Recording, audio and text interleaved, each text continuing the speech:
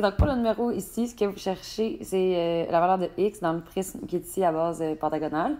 Donc, vu que c'est un prisme, puis on nous donne l'aire totale, on va partir avec la formule de l'aire totale, qui est 2 fois l'aire de la base, plus l'aire latérale, qui est le périmètre de la base, fois la hauteur.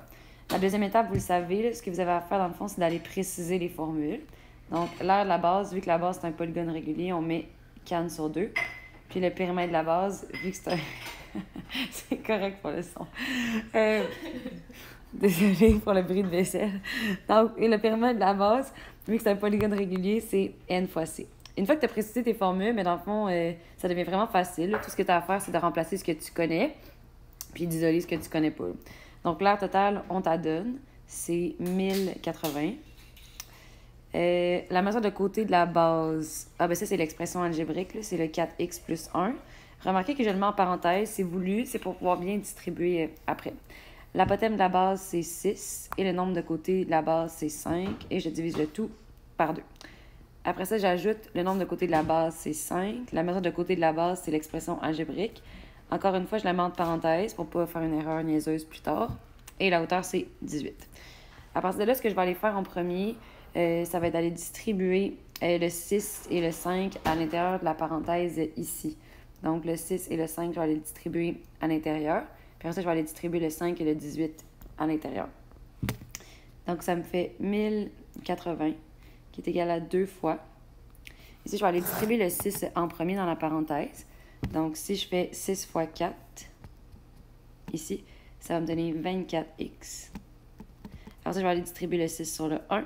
Donc, ça me fait plus 6 fois 5. Ici, remarquez, guys, que j'ai fait une erreur parce que, en ce moment, il y a seulement le 6 qui est multiplié par 5. Moi, je veux que ce soit tout ça qui soit multiplié par 5. Donc, c'est pour ça que je vais aller ajouter les parenthèses. Après ça, ici, je vais aller distribuer le 5 à l'intérieur de la parenthèse. On aurait pu commencer par le 18, ça aurait fait la même chose. 5 fois 4, ça donne 20x plus 5 fois 18.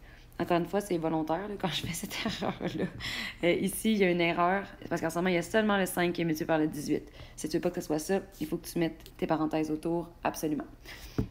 Donc, je continue. Je sens que j'ai manqué de place un petit peu, donc je vais aller réduire ça. Ouais, parfait. Donc, je vais continuer. Je vais aller distribuer cette fois-ci le 5 à l'intérieur de la parenthèse et le 18 à l'intérieur de la parenthèse. Donc, ça me fait 1080, qui est égal à 2 fois 5 fois 24, et ça donne 120. Donc, 120x plus 30 divisé par 2, plus 18 fois 20, 360x, plus 18 fois 5,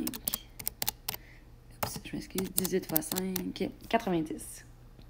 Donc, ici, on voit bien que le x2 puis le divisé par 2 s'annule. Donc, je peux aller tout simplement l'ignorer. Ce que je vais aller faire par la suite, dans le fond, c'est que je vais utiliser les surligneurs pour que vous voyez un petit peu mieux ce que je fais. Je vais aller mettre les termes semblables ensemble. Donc, le 120x avec le 360x, puis le plus 30 avec le plus 90. Donc, ça me fait, 1080, c'est pas grave, c'est en bleu, mais ça change rien. 120 plus 360x, ça donne 480x. Plus 120. Je vais aller faire moins 120 des deux côtés. Donc, 1080 moins 120, qui me donne 960, qui est égal à 480x. Et je vais diviser par 480 des deux côtés. Et ça me donne 2. Donc, le x est égal à 2. Et voilà.